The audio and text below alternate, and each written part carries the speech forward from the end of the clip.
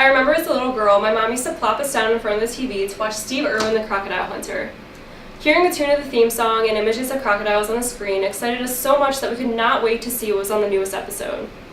The Crocodile Hunter was our favorite TV series growing up, so it was very devastating when Steve Irwin passed away. Steve Irwin was known nationwide for his work with wildlife conservation, being a zookeeper, and most importantly, being the crocodile hunter. I believe we can all relate back to when Steve Irwin first came on TV. Not only were we so excited to see a man bare-handedly tackle a crocodile, but we also loved retelling his catchphrases in an Australian accent. Looking back on all of Steve Irwin's accomplishments before his sudden death, I believe he should be a man that is remembered and not forgotten.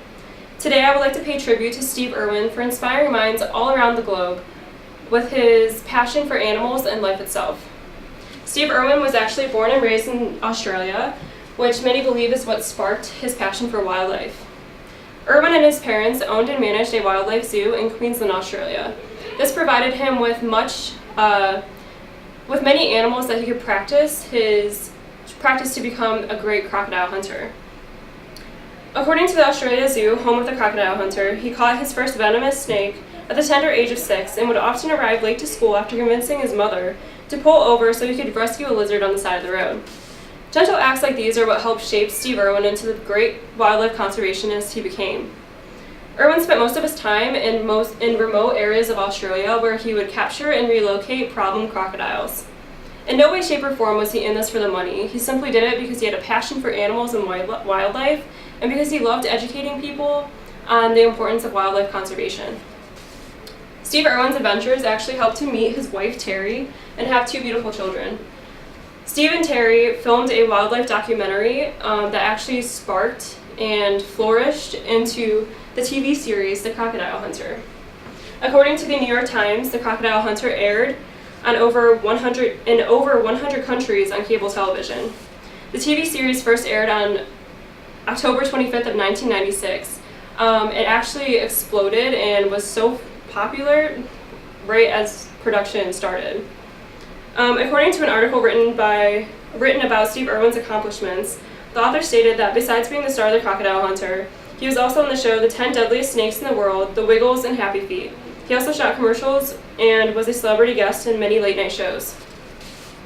Actually, while conducting this research, I had the TV on behind me while I was writing my paper, and I heard a new South Park episode came on, but actually I had just never seen it before, and it was actually a really old episode from like 2004. But it actually coincidentally starred Steve Irwin, and I mean, South Park makes fun of people, but they were doing his Australian accent, and I thought it was pretty clever. I just thought that would be nice to throw in. Steve Irwin's voice, as you can see, connects him to his character and his personality. But in early September of 2006, he was recording a documentary at the Great Barrier Reef in Australia, which was actually his last and final filming before he passed away. Steve Irwin lost his life doing what he loved, but the way that his family and his fans reacted was actually inspiring. According to the New York Times, author Glenn Collins stated in an interview with Australia's reporters that the Prime Minister of Australia termed Irwin's death a huge loss to Australia because he was a wonderful character. Speaking of his character, just today in the news, he was actually awarded a Hollywood star for the Hollywood Walk of Fame.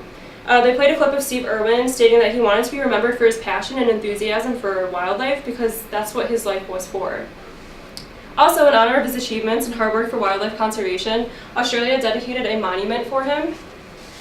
According to Monument Australia, the sculpture is a tribute to Steve Irwin, a devoted father, husband, and mate. It is also in commemoration of Steve Irwin, local wildlife warrior and renowned conservationist. Today, it pictures Steve Irwin holding his 2 children and a crocodile. His family continues his legacy by celebrating Steve Irwin Day every year on November 15th. They all dress in khaki. According to the Crocodile Hunter website, the first Steve Irwin Day was celebrated in 2006 after his death, which actually resulted in a crowd of over 6,000 people, all dressed in khaki. The khaki tradition continues to this day, and I know this is kind of crazy, but after Steve Irwin's death, my brothers and I were all very sad, so my mom would let us carry around little crocodile stuffed animals and say "crikey" as many times as we wanted without getting yelled at. Steve Irwin will always be remembered for the impact he had on the people around him. He was valued in the educational world for all of his contributions to science and for helping the wildlife community. I would like to leave you with one of my favorite quotes by Steve Irwin. He stated, "I have no fear of losing my life. If I have to save a koala or a crocodile, or a kangaroo or a snake, I will save it." I would like you to think about this statement and relate your goals and dreams to his passion. Would you be willing to die for your passion too?